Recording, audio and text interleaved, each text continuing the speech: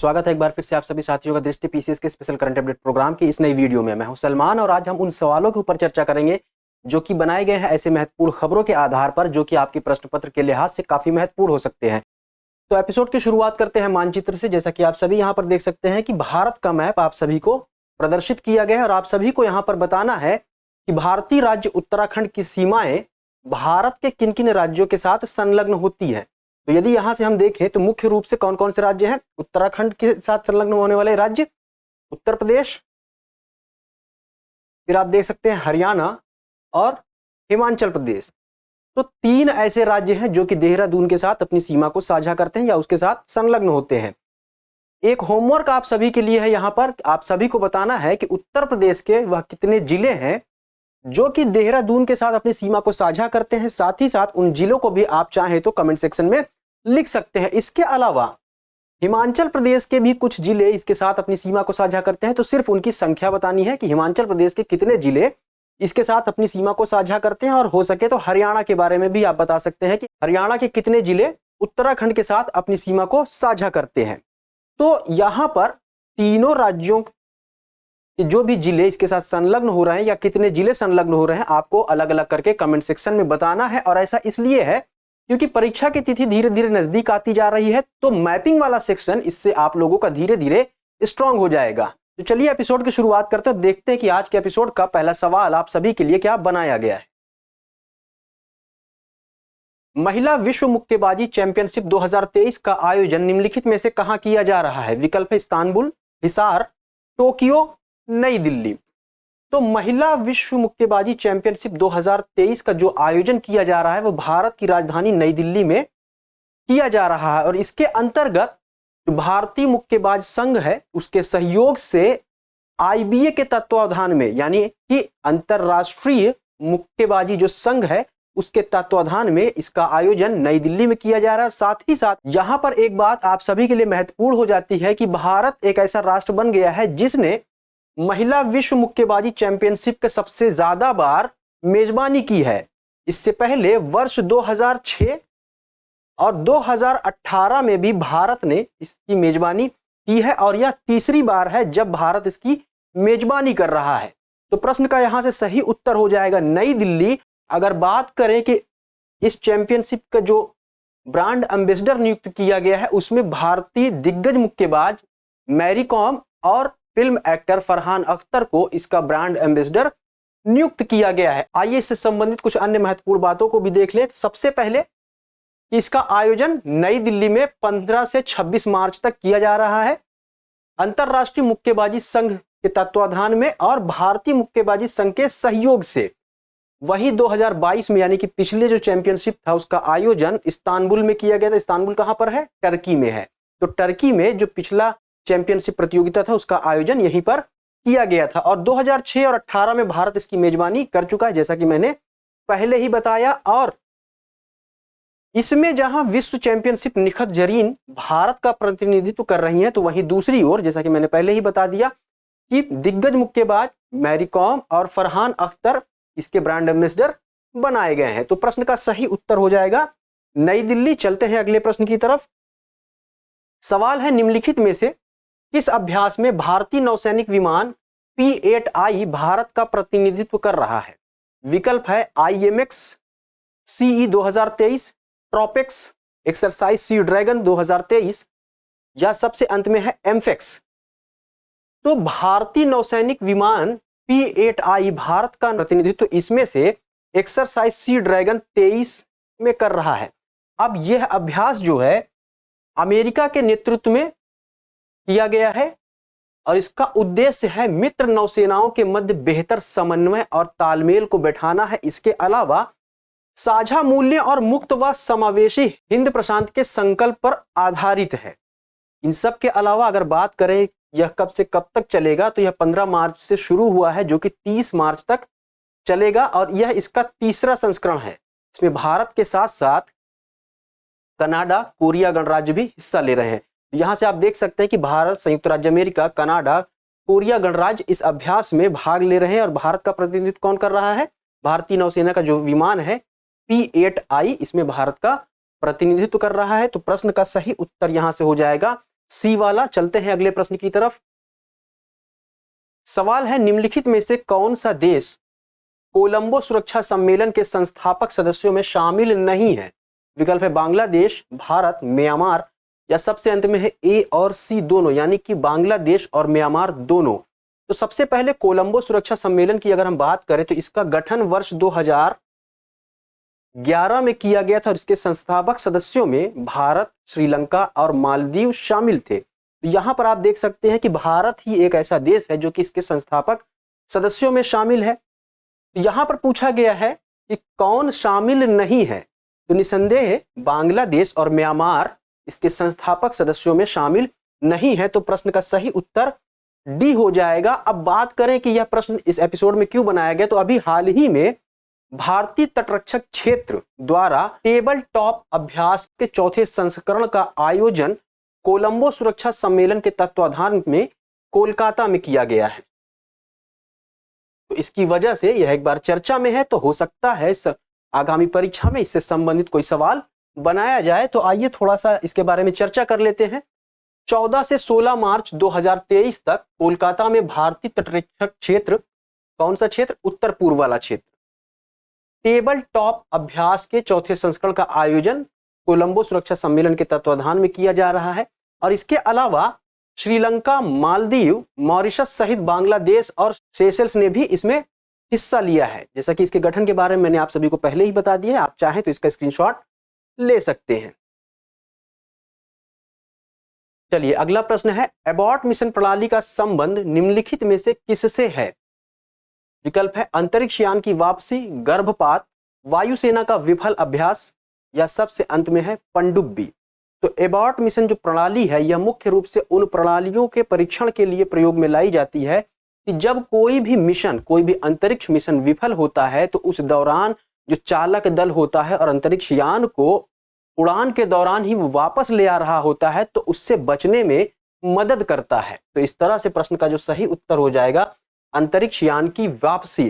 दरअसल यह सवाल, जैसा कि आप सभी को पता होगा कि अभी हाल ही में भारत सरकार द्वारा एक घोषणा की गई है, उसके अंतर्गत भारत का जो गगनयान मिशन है उसके अंतर्गत 4 एबॉर्ट मिशनों को लॉन्च किया जाएगा और अभी मई 2023 में इसके अंतर्गत पहले एबॉर्ट मिशन को लॉन्च किया जाएगा। तो यह एबॉर्ट मिशन जो है गगनयान से संबंधित है। तो सबसे पहले यहां पर आप देख लें कि इसका जो सही उत्तर है उसकी पुष्टि कर ले। तो यहां पर आप देख सकते हैं कि एबॉर्ट मिशन ऐसी प्रणालियों का परीक्षण करने के लिए किए जाते हैं जो कि विफलता के मामलों में चालक दल को अंतरिक्ष यान की उड़ान के दौरान बचने में मदद कर सकते हैं। और अभी हाल ही में एक घोषणा की गई है सरकार के द्वारा, जिसमें कि गगनयान का पहला एबॉर्ट मिशन मई 2023 में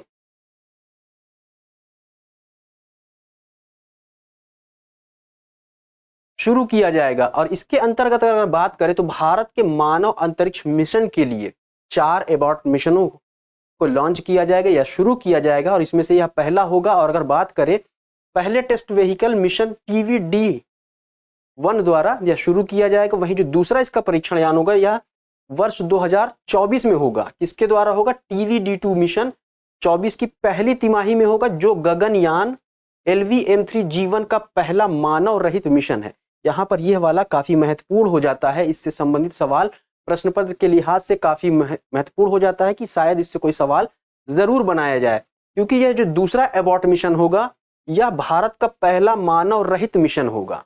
तो इस तरह से प्रश्न का सही उत्तर अंतरिक्ष यान की वापसी हो जाएगी। चलते हैं अगले प्रश्न की तरफ। सवाल है, निम्नलिखित में से कौन सा या कौन से कथन सही है या सही है? कथन है, निक्षय मित्र पहल टीबी नियंत्रण हेतु एक रोगी प्रबंधन प्रणाली है। दूसरा है, भारत सरकार ने टीबी उन्मूलन हेतु वर्ष 2025 का लक्ष्य रखा है। नीचे दिए गए कूट से सही उत्तर का चयन कीजिए। कूट है केवल एक, केवल दो, एक और दो दोनों, ना तो एक ना ही दो। तो निक्षय मित्र पहल के बारे में अभी हाल ही में राज्यसभा में केंद्रीय स्वास्थ्य एवं परिवार कल्याण मंत्रालय द्वारा जानकारी दी गई है, जिसके अंतर्गत भारत में जो भी टीबी रोग से ग्रसित व्यक्ति हैं उनमें से 9.55 लाख रोगियों को निक्षय मित्र बनाया गया है। अब निक्षय मित्र पहल की अगर हम बात करें तो यह एक ऐसी पहल है जो कि वेब आधारित या वेब सक्षम रोगी प्रबंधन प्रणाली है। तो पहला कथन यहां से सही हो जाता है। वहीं दूसरे कथन की अगर बात करें तो संयुक्त राष्ट्र द्वारा टीबी उन्मूलन के लिए जो सतत विकास लक्ष्य रखा गया है वो वर्ष 2030 रखा गया है। यहां पर यह बात याद रखिए, यह संयुक्त राष्ट्र का लक्ष्य है 2030, ना कि भारत का। जबकि भारत ने टीबी उन्मूलन के लिए जो लक्षित वर्ष रखा है वह 2025 है। तो यहां पर दोनों ही कथन सही है। तो प्रश्न का सही उत्तर सी हो जाएगा। आइए इससे जुड़ी कुछ महत्वपूर्ण बातों को भी एक बार देख लेते हैं। तो सबसे पहले निक्षय मित्र पहल जो है राष्ट्रीय तपेदिक उन्मूलन कार्यक्रम के तहत नियंत्रण हेतु एक वेब सक्षम रोगी प्रबंधन प्रणाली है जो केंद्रीय टीबी डिवीजन स्वास्थ्य और परिवार कल्याण मंत्रालय द्वारा विकसित और अनुरक्षित है। इसके अंतर्गत कोई भी व्यक्ति या संस्थान किसी भी टीबी ग्रसित व्यक्ति को अपना करके उसके उपचार में मदद कर सकता है। इसके अलावा यहाँ पर पोषाहार से भी संबंधित सुविधाएं इसके अंतर्गत दी जाती है। और अभी हाल ही में जानकारी दी गई है कि जो भारत में कुल टीबी से ग्रसित व्यक्ति हैं या रोगी हैं वो कितने हैं, लगभग 9.69 लाख हैं। और इनमें से 9.55 लाख को निक्षय मित्र द्वारा अपनाया गया है। और इसका लक्ष्य जो है टीबी उन्मूलन का कब तक है, 2025 तक। तो दोनों ही कथन इस प्रश्न के सही हैं, लिहाजा प्रश्न का उत्तर हो जाएगा सी वाला हो जाएगा। चलते हैं आगे की तरफ। अगला सवाल है बोल्ड कुरुक्षेत्र युद्धाभ्यास निम्नलिखित में से किन दो देशों के मध्य आयोजित किया गया। विकल्प है भारत मालदीव, भारत बांग्लादेश, भारत सिंगापुर या सबसे अंत में है भारत अफगानिस्तान। तो बोल्ड कुरुक्षेत्र युद्धाभ्यास जो है भारत और सिंगापुर के बीच आयोजित किया गया है। इससे संबंधित अगर थोड़ी सी बातों को देखें तो यह इसका 13वां संस्करण था। और यह कहां पर आयोजित किया गया है, जोधपुर में। जोधपुर मिलिट्री स्टेशन जोधपुर में 6 से 13 मार्च 2023 तक भारतीय सेना द्वारा यह युद्धाभ्यास आयोजित किया गया है। इसका उद्देश्य क्या है, दोनों देशों की जो सैन्य टुकड़ियां हैं उनके मध्य एक दूसरे की जो भी टैक्टिक्स हैं, जो भी रणनीति है या उसके अलावा जो भी अन्य प्रक्रियाएं हैं युद्धाभ्यास से जुड़ी हुई, उनको सीखना और सर्वोत्तम प्रथाओं को साझा करना इसका प्रमुख उद्देश्य है। और यहां पर एक बात महत्वपूर्ण हो जाती है कि इस युद्धाभ्यास की श्रृंखला में पहली बार दोनों देशों की सेनाओं ने एक कमांड पोस्ट अभ्यास में भाग लिया है। तो प्रश्न इसके ऊपर भी बनाया जा सकता है कि किन देशों की सेनाओं ने पहली बार कमांड पोस्ट अभ्यास में भाग लिया है। तो उत्तर हो जाएगा भारत और सिंगापुर।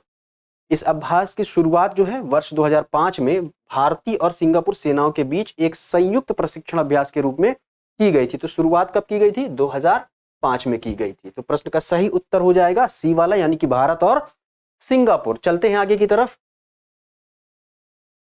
अगले प्रश्न पर चलने से पहले आप सभी विद्यार्थियों के लिए एक सूचना, और सूचना यह है कि उत्तर प्रदेश लोक सेवा आयोग द्वारा जो आगामी मेंस की परीक्षा आयोजित की जाएगी, यानी कि आप सभी को पता ही होगा यहाँ पर कि जो अब मेंस का पाठ्यक्रम है उसमें कुछ बदलाव आ चुका है। तो उस बदलाव के अनुरूप दृष्टि संस्थान की ओर से कक्षाएं शुरू कर दी गई हैं।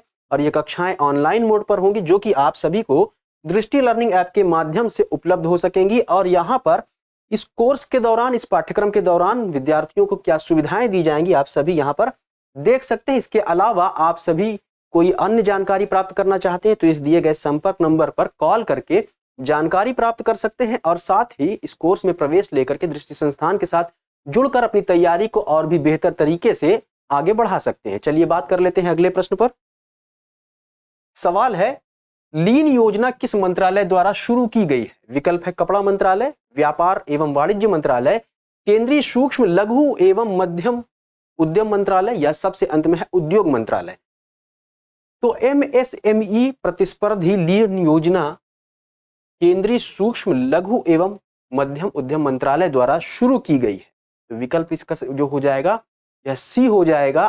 तो लीन योजना के अंतर्गत जो भी प्रोडक्शन प्रोसेस है, या कुल मिलाकर के अगर हम बात करें लीन योजना, यह प्रोडक्शन प्रोसेस से जुड़ी हुई एक योजना है जिसके अंतर्गत जो भी प्रोड्यूस है, यानी कि जो भी उत्पादन किया जाता है उसको कितना मैक्सिमाइज किया जाए, और जो कचरे के रूप में प्रोडक्ट निकलता है उसको कितना मिनिमाइज किया जाए, इस आधार पर, इस विचारधारा पर यह योजना शुरू की गई है। इसके अंतर्गत अगर कुछ महत्वपूर्ण बातों को देखें तो सबसे पहले केंद्रीय सूक्ष्म लघु एवं मध्यम उद्यम मंत्रालय द्वारा एमएसएमई प्रतिस्पर्धी लीन योजना की शुरुआत की गई है। और यह एक रोड मैप प्रदान करेगा भारत का जो एमएसएमई क्षेत्र है उसके लिए, कहाँ, वैश्विक प्रतिस्पर्धा के लिए। जो वैश्विक प्रतिस्पर्धा है एमएसएमई क्षेत्र में, उसके लिए ये एक रोड मैप भी प्रदान करेगा। यही इसका मुख्य उद्देश्य है। और इसके अंतर्गत जो भारत सरकार है वो हैंड होल्डिंग और परामर्श शुल्क के लिए कार्यान्वयन जो लागत है उसका 90% तक इसका योगदान करेगी। जो शेष राशि है वह राज्यों द्वारा की जाएगी। और यहाँ पर देखिए कि जैसा कि मैंने पहले बताया, यह एक प्रोडक्शन प्रोसेस है जो कि प्रोडक्टिविटी को अधिकतम करने की विचारधारा पर आधारित है और मैन्युफैक्चरिंग ऑपरेशन के भीतर कचरे को कम करना है। यानी कि जो भी अनयूज्ड प्रोडक्ट निकलता है उसको मिनिमम करना है और जो उत्पादकता है उसको हाई लेवल तक लेके जाना है, जिससे कि इसमें दक्षता और इसमें प्रभावशीलता देखने को मिले। तो यही इसका मुख्य उद्देश्य है। तो आगे चलते हैं। सवाल है, ग्लोबल रिसाइकलिंग डे 2023 की थीम है recycling fraternity, creative innovation, green global initiative, या सबसे अंत में है green environment beginning of new era. तो ग्लोबल रिसाइकलिंग डे प्रत्येक वर्ष 18 मार्च को मनाया जाता है। क्यों मनाया जाता है? जैसा कि आप सभी इसके नाम में ही देख सकते हैं कि रिसाइकलिंग यानी कि पुनर्चक्रण। तो जो भी संसाधन है उनको संरक्षित करने के लिए, जैसा कि आप सभी को पता है कि सतत धारणी विकास की अगर हम बात करें तो हमारा मुख्य लक्ष्य है संसाधनों का संरक्षण करना भावी पीढ़ियों के लिए। तो संसाधनों के संरक्षण के दौरान जो भी संसाधन है उनको रिसाइकिल करके कैसे ज्यादा से ज्यादा संरक्षित किया जाता है, इसी मोटो के साथ ग्लोबल रिसाइकलिंग डे 18 मार्च को प्रत्येक वर्ष मनाया जाता है। और जो 2023 का ग्लोबल रिसाइकलिंग डे है, इसकी जो थीम है ये क्रिएटिव इनोवेशन है। तो प्रश्न का सही उत्तर बी हो जाएगा। आइए थोड़ा सा इस पर और चर्चा कर लेते हैं। कब मनाया जाता है? 18 मार्च को मनाया जाता है। उद्देश्य क्या है? संसाधनों के संरक्षण में रिसाइकलिंग के महत्व को पहचानना और इसको बढ़ावा देना। और यह छठा ग्लोबल रिसाइकलिंग डे मनाया जा रहा है जिसकी थीम है क्रिएटिव इनोवेशन। और यह एक पहल है जीएफआर के द्वारा। जीएफआर क्या है? Global recycling foundation.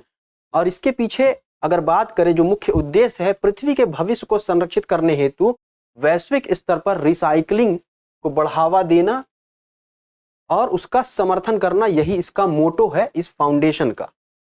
और वर्ष 2018 में संयुक्त राष्ट्र औद्योगिक विकास संगठन यानी कि यूएनआईडीओ द्वारा इस दिवस को मान्यता प्रदान की गई थी और तभी से यह मनाया जा रहा है। 18 मार्च 2018 को यह पहली बार मनाया गया था। और 2022 में इस दिवस की जो थीम थी रिसाइकलिंग फ्रेटर्निटी थी। तो जो यहाँ पर यह विकल्प पहला वाला था ये वर्ष 2022 की थीम थी। तो कंफ्यूज नहीं होना है यहाँ पर, इसीलिए इसको ऑप्शन में डाल दिया गया है कि आपको यह भी ज्ञात हो कि जो विगत वर्ष का ग्लोबल रिसाइकलिंग डे मनाया गया था उसकी थीम क्या थी। चलिए अगले प्रश्न को चर्चा करते हैं। IITR 00693 निम्नलिखित में से क्या है? विकल्प है सुपर कंप्यूटर, क्षुद्र ग्रह, एंटीबैक्टीरियल स्मॉल मॉलिक्यूल, या सबसे अंत में है माइक्रो कंट्रोलर चिप। दरअसल यह IIT रुड़की के शोधकर्ताओं द्वारा खोजा गया एक एंटीबैक्टीरियल स्मॉल मॉलिक्यूल है। प्रश्न का सही उत्तर सी हो जाएगा। आइए इससे संबंधित कुछ महत्वपूर्ण बातों को देखें। जैसा कि बताया कि IIT रुड़की के शोधकर्ताओं द्वारा यह खोजा गया है और इसके खोजे जाने की वजह से ऐसी बीमारियां जहां पर कोई भी बैक्टीरिया जो है प्रतिरोध उत्पन्न कर लेता है किसी भी दवा के विरुद्ध, यानी कि मान लीजिए कि अगर एक एग्जाम्पल ले, कोई भी व्यक्ति टीबी रोग से ग्रसित है तो उसके उपचार के लिए जो भी दवाएं उसको दी जा रही हैं जिससे कि वह सही हो जाए, तो उसके अंतर्गत जो भी बैक्टीरिया है वह क्या करता है कि उस दवा के अगेंस्ट ही रेजिस्टेंस क्रिएट कर लेता है। तो उस मामले में उसका उपचार बहुत ही कठिन हो जाता है। तो इस तरह के एंटीबैक्टीरियल स्मॉल मॉलिक्यूल की खोज की वजह से इसके उपचार में, यानी कि ऐसे बैक्टीरिया जो कि प्रतिरोध उत्पन्न कर लेते हैं उनको भी बड़े आराम से ट्रीट किया जा सकेगा, दवा प्रतिरोधी संक्रमणों से लड़ने में मददगार साबित होगा। कौन? यह जो स्मॉल मॉलिक्यूल खोजा गया है। एवं नए एंटीबायोटिक्स के विकास में यह एक महत्वपूर्ण कदम भी साबित हो सकता है। अगर बात करें तो सबसे हठी बैक्टीरिया का मतलब वही हो गया कि जिसने दवाओं के प्रति जो है रेजिस्टेंस डेवलप कर लिया है अपने अंदर और दवाओं का असर उसके ऊपर नहीं हो रहा है। तो ऐसे बैक्टीरिया को मारने में यह मॉलिक्यूल सक्षम है बल्कि प्रतिरोध के उद्भव को भी रोकने में सक्षम है। यानी कि जो बैक्टीरिया अपने अंदर दवाओं के प्रति प्रतिरोध उत्पन्न कर लेते हैं तो उस प्रतिरोध को उत्पन्न करने की जो प्रोसेस है उसको भी ये रोक देती है। तो ये काफी महत्वपूर्ण साबित हो सकता है आने वाले भविष्य में। तो प्रश्न का सही उत्तर हो जाएगा सी वाला। चलते हैं अगले प्रश्न की तरफ। सवाल है MPX का आयोजन कहां किया गया है? विकल्प है हिंद महासागर, प्रशांत महासागर, अरब सागर, भूमध्य सागर। तो MPX क्या है? सबसे पहले तो MPX की अगर बात करें तो मैरीटाइम पार्टनरशिप एक्सरसाइज, इसका आयोजन कहां किया गया है? अरब सागर में किया गया है। तो आइए इससे संबंधित कुछ महत्वपूर्ण बातों को भी देख लेते हैं। 10 और 11 मार्च को अरब सागर में भारत और फ्रांस की नौसेनाओं के मध्य यह अभ्यास आयोजित किया गया है, जिसमें भारत की ओर से INS सह्याद्री ने भारत का प्रतिनिधित्व किया है। यह बात महत्वपूर्ण हो जाती है क्योंकि सीधे सीधे ना पूछ करके आजकल जैसा कि आप सभी को पता है कि जो क्वेश्चंस आते हैं वो थोड़ा ट्रिकी होते हैं, तो सीधे सीधे पूछ सकता है कि MPX अभ्यास में भारत का प्रतिनिधित्व निम्नलिखित में से किसने किया? तो आपका जो सही उत्तर हो जाएगा INS सह्याद्री ने किया। वहीं अगर बात करें फ्रांसीसी नौसेना की तो इसके अंतर्गत जो युद्धपोत शामिल था mistral class amphibious assault ship के FS डिक्सम्यूड और लाफेट श्रेणी के पोत फ्रिगेट FS लाफेट ने भाग लिया था। तो ये काफी महत्वपूर्ण हो जाता है क्योंकि दोनों देशों की नौसेनाओं के किन युद्धपोतों ने इसमें पार्टिसिपेट किया है यहां पर दिया हुआ है। ये काफी महत्वपूर्ण हो जाता है, तो इसलिए आप चाहें तो इसका स्क्रीनशॉट ले सकते हैं। चलिए रुख करते हैं अगले सवाल की तरफ। हाल ही में निम्नलिखित में से किसे इंफ्रास्ट्रक्चर फाइनेंस कंपनी यानी IFC का दर्जा प्रदान किया गया है? IREDA, IRDA, Tata power renewable energy या सबसे अंत में है Sterling and Wilson renewable energy limited. तो दरअसल अभी हाल ही में भारतीय स्टेट बैंक यानी SBI द्वारा इरेडा को IFC यानी इंफ्रास्ट्रक्चर फाइनेंस कंपनी का दर्जा दिया गया है। अब इरेडा क्या है? तो अगर इसकी फुल फॉर्म की बात करें तो भारतीय अक्षय ऊर्जा विकास एजेंसी है ये, और इसको IFC दर्जा प्रदान करने के बाद ये जो फंडिंग है इसको जुटाने में इसको काफी मदद मिलेगी। तो प्रश्न का उत्तर ए वाला हो जाएगा। इससे जुड़ी कुछ महत्वपूर्ण बातों को देखें तो इस दर्जे को प्राप्त होने के बाद सबसे महत्वपूर्ण काम इसके अंदर क्या होगा कि इरेडा को अक्षय ऊर्जा फंडिंग हेतु ज्यादा जोखिम लेने और प्रतिस्पर्धी दरों पर फंड जुटाने में काफी मदद मिलेगी। यह 1987 में स्थापित की गई थी, जो कि एक गैर बैंकिंग वित्तीय संस्थान है और यह एक पब्लिक लिमिटेड सरकारी कंपनी है जिसका कॉरपोरेट और पंजीकृत जो ऑफिस है वो नई दिल्ली में है और हमेशा के लिए ऊर्जा यह इसका आदर्श वाक्य है। और यह किस मंत्रालय के अंतर्गत काम करता है? यह नवीन एवं नवीकरणीय ऊर्जा मंत्रालय के प्रशासनिक नियंत्रण के तहत भारत सरकार का एक उद्यम है। तो काफी ज्यादा महत्वपूर्ण खबरें यहाँ पर है, काफी ज्यादा तथ्य हैं जो कि आप सभी के लिए महत्वपूर्ण हो सकते हैं। आप चाहें तो इसका स्क्रीनशॉट भी ले सकते हैं। चलिए चलते हैं आगे की तरफ। ला पेरोस युद्धाभ्यास में भारतीय नौसेना पहली बार कब शामिल हुई? विकल्प है 2016, 2018, 2020, 2021।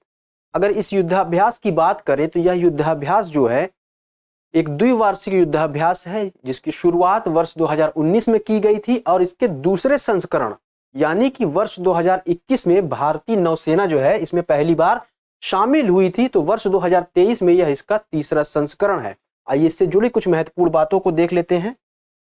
तो सबसे पहला इसका आयोजन जो है 13 से 14 मार्च 2023 को हिंद महासागर क्षेत्र में किया गया और इस अभ्यास में फ्रांस के नेतृत्व में भारत, अमेरिका, ऑस्ट्रेलिया और जापान की नौसेनाओं ने भाग लिया है। और भारत की तरफ से जो स्वदेश निर्मित guided missile frigate INS Sahyadri और INS ज्योति जो कि एक फ्लीट टैंकर है, इसने भारत का प्रतिनिधित्व किया है। पेरोस क्या है? एक द्विवार्षिक युद्धाभ्यास है, जैसा कि मैंने पहले ही बताया। इसका आयोजन फ्रांसीसी नौसेना द्वारा किया जाता है। तो प्रश्न ये भी पूछा जा सकता है कि ला पेरोस का आयोजन किसके नेतृत्व में किया जाता है? तो उत्तर हो जाएगा फ्रांसीसी नौसेना के नेतृत्व में। और इसका मुख्य उद्देश्य क्या है? समुद्री क्षेत्र के प्रति जागरूकता बढ़ाना और हिंद प्रशांत क्षेत्र में भाग लेने वाली नौसेनाओं के बीच समुद्री समन्वय को अधिकतम करना, यानी कि कोऑपरेशन की बात कर रहा है इसका प्रमुख उद्देश्य।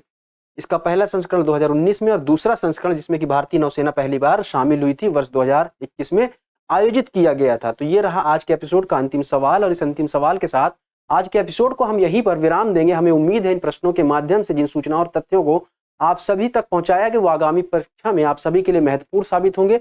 लेकिन फिर भी आपकी कोई क्वेरी है, कोई सुझाव है तो आप सभी इसके लिए सादर आमंत्रित है। तो मिलते हैं अगले एपिसोड में कुछ नए प्रश्नों के साथ। तब तक पढ़ते रहिए, आगे बढ़ते रहिए। शुक्रिया।